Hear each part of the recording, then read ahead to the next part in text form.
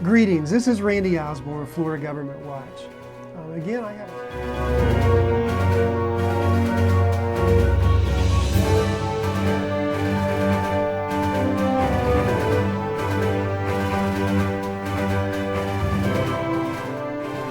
Again, I have a special guest today, Taylor Folan.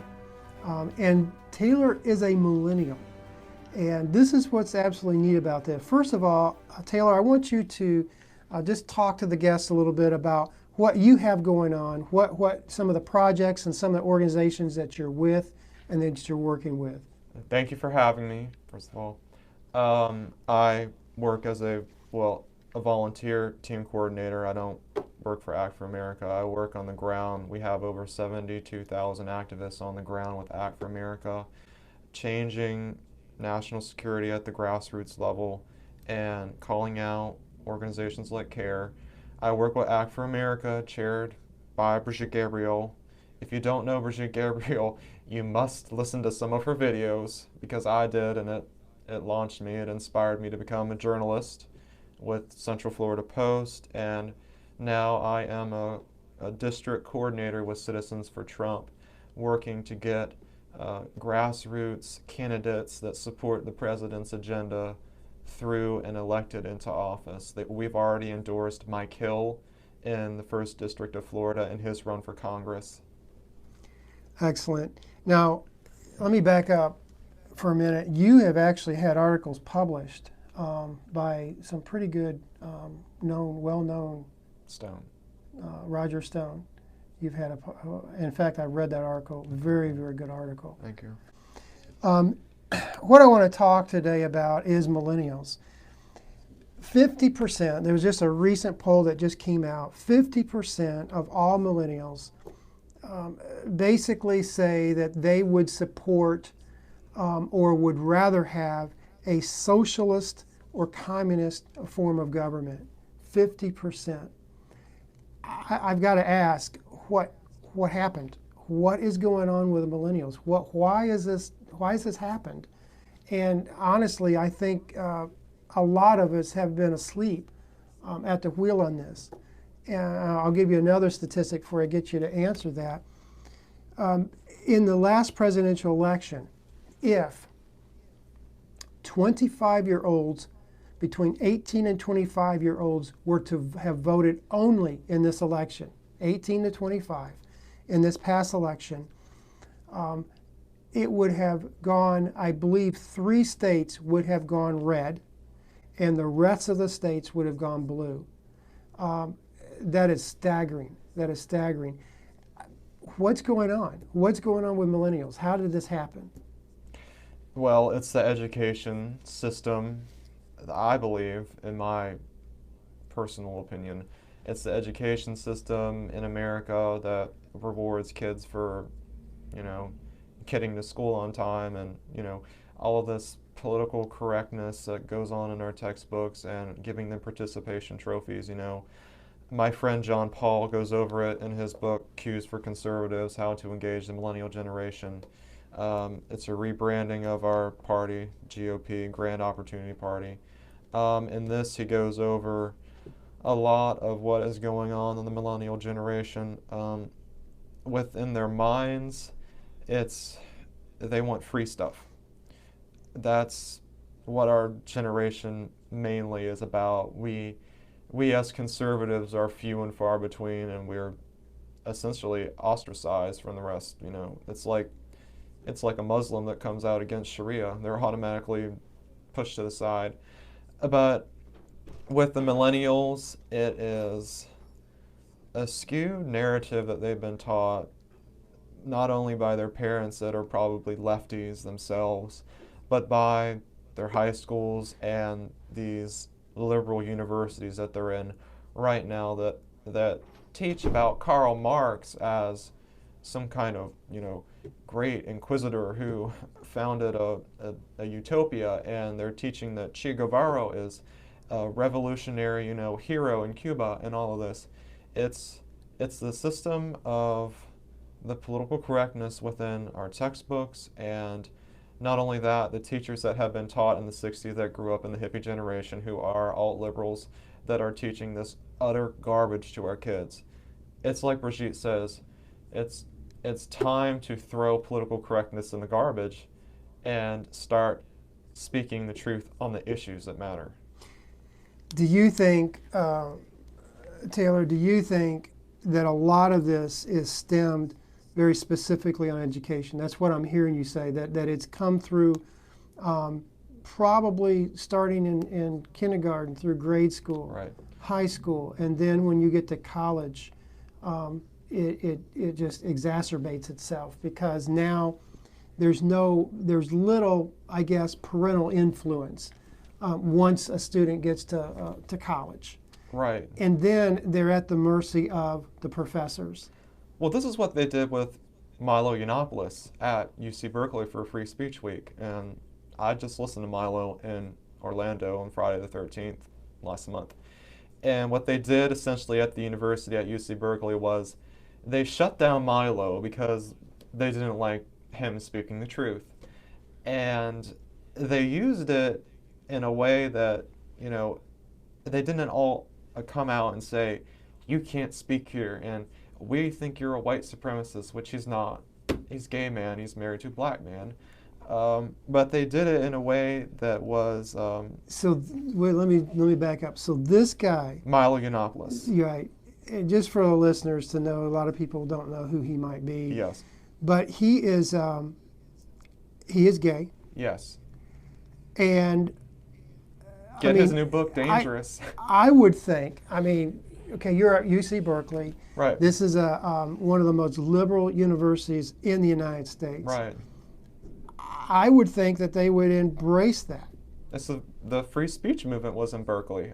But you're saying that they try to shut him down. Yes. And it's because of some conservative ideology that he had? Exactly.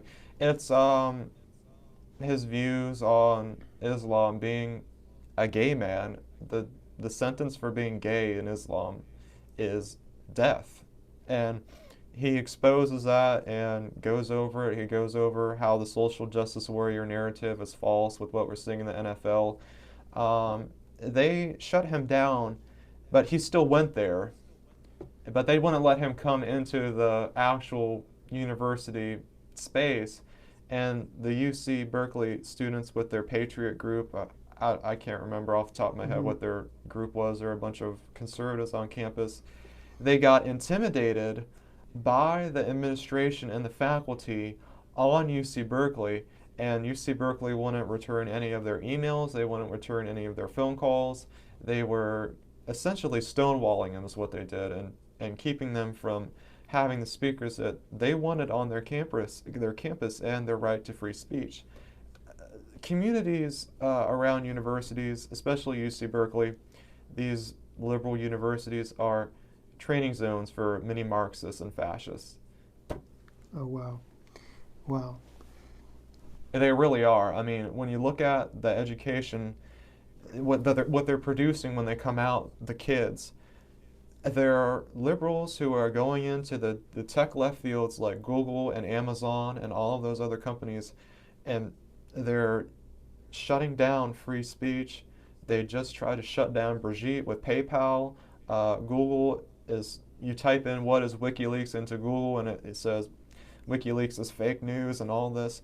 It's the system again of this control by the establishment and this liberal regressivism that is trying to take down our president and take down what it means to be an American. But it's also, the Johnson Amendment that changed everything in education.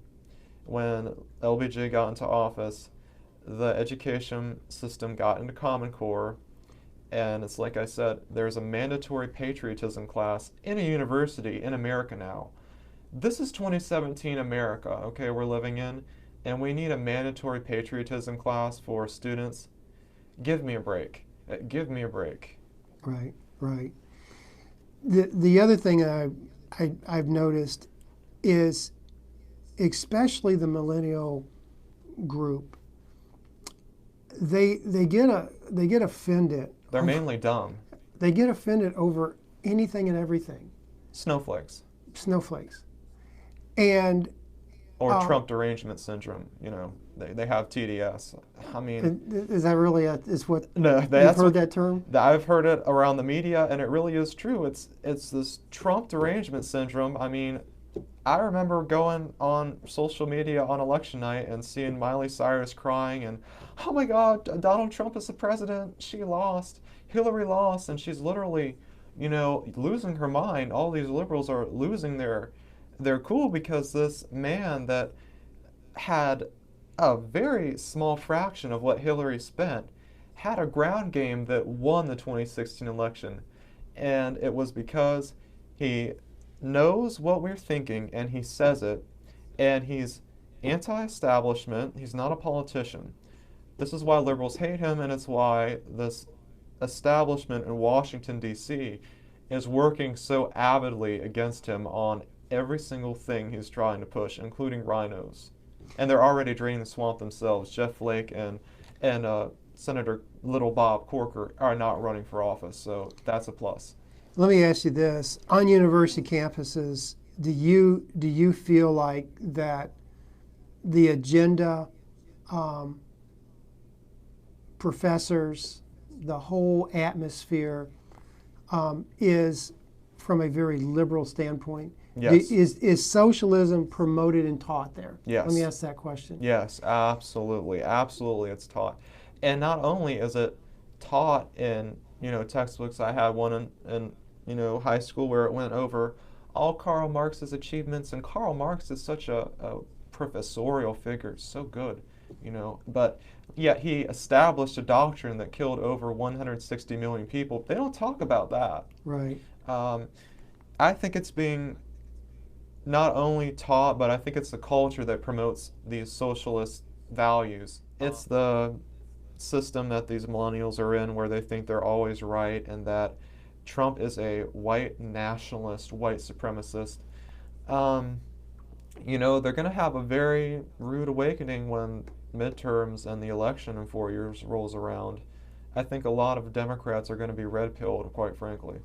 I heard on several campuses, and I'll give the listeners some of those places that I heard at the end of election when Trump did win, that a lot of them had counselors that came in and safe spaces and places for people to go, and this is on college campuses.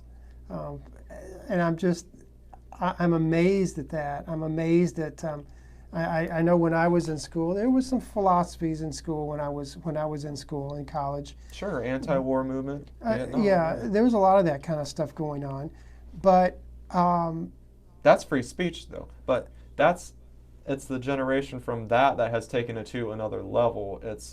It's free speech unless it's anything that liberals don't agree with. It's automatically hate speech, and people that say, well, your argument is hate speech, they're intellectually stagnant and they're not willing to argue on ideas, whether it's tax reform, whether it's Islam, whether it's anything remotely promoting to rationale. They just don't like it because they hate Trump. Right, right. The other thing is I've noticed, and this is over the years, I've come with this conclusion, and I just want to get your take on this because you may or may not have the same opinion. But our founding fathers, when they put together this great experiment called the United States, and with a constitution, with a document, it was we the people, and there was a basis of morality that they had that tied that whole thing together, whole document together with we the people, and it was the basis of morality. Right. And that morality they used, it was based on Christianity. And I would ask this, because of, I guess, the degradation of that philosophy over the years through education, would you say that was something, I guess, in universities and in schools that is completely missing? So you're trying to right. Teach governance of the people without the morality of it. Well, this is the only news that matters, okay? This isn't fake news. This is what our country was founded on, Judeo-Christian values. In your lecture in August, you went over every single state constitution, whether it's where I grew up in Maryland, Virginia, Georgia. Every single state constitution has inherent Judeo-Christian values cemented into their founding documents. And now, with the colleges today, they are, I think, in my opinion, anti-Christian to a large extent. Because if you're a Christian and you criticize anything with Islam like I do, you're automatically labeled a hypocrite because they like to compare this to the Quran, and it cannot be compared. Right. It Right. can't, and it's a system that's also been taught in homes too, because it's not only the education, but it's the parents. It all starts at home. And if you're not teaching these values in here, you're going to wind up with someone that is a liberal, essentially. Right. Anti-Judeo-Christian values, anti-America, anti-everything we stand for. Exactly. Well, the next question is this. We just identified the problem. What can we do about it? What can we do? How can we help millennials like yourself to deal with this issue? I would challenge them on college campuses like Milo does, honestly. I mean, I would do that as myself, as I build up my reputation and whatever I want to do, whatever I'm going to go. I will go to college campuses that, maybe don't associate themselves necessarily with the left or the right. I will go and I would challenge and try to engage with millennials. My goal is to try to engage and try to turn on as many light bulbs in millennial heads as I can. And it's like dealing with a bunch of children still. I mean, they think that Trump is a white supremacist and Trump is this evil man who hates immigrants and he hates Mexicans and Muslims. For the record, I'm not for a blanket Muslim ban. Okay, let's get that one out of the way. That's not even going to solve half of the problems we have with Islam. Right. That is what is not being taught in schools either. That's the big problem we're facing. The anti-Christian, anti-Jewish, pro-Islam, pro-Islamofascism, like Brigitte calls it, that is being allowed to permeate throughout our schools, and it's a big problem. It needs to be stopped. And this needs to start coming back in our country. Right, right. And I think that's probably the underlying problem is when the Supreme Court decided to remove that. And Bad decision. Over the years, we've replaced it with a humanistic philosophy. And what happens is when people can't govern themselves, then government has to step in to govern. And I think that's where we're heading. Ronald Reagan said, if we forget that we are one nation under God, we're going to be a nation gone under. Right. And we're missing that family piece too. And this is what I have. Let me sit up for this one. This is what I have with the NFL, the problem I have with them, which is their kids, okay, they got their football scholarships or whatever, went to liberal universities, I don't know, whatever. And they promote this anti-American, anti-police rhetoric on the field. And my problem with that when they take a knee is like, what is your message? What are you trying to accomplish? It's not helping a single black family. It's not helping a single black mother that's trying to make ends meet. It's not helping a single inner city. They have all this money. The Colin Kaepernicks and all of the ones that are doing this on the field, why don't they start investing that money in the inner cities? Why don't they start investing that into the black community? Why don't they start going around and trying to get these young black men under their wing and try to show them how to make it in America? You don't see that. You don't see that happening from all these, because it's, number one, it's the fame they want, and number two, it's also brainwashing millennials. Exactly. You're dead on. Well, that was from the mouth of a millennial that you just heard. And again, Taylor, I appreciate you being on. I appreciate what you're doing. Thank you. And we're going to be hearing a lot more from this guy in the future. A lot of wisdom is coming from a millennial, and I appreciate that. Thank you. This is Randy Osborne with Taylor Folan. Until next time, God bless.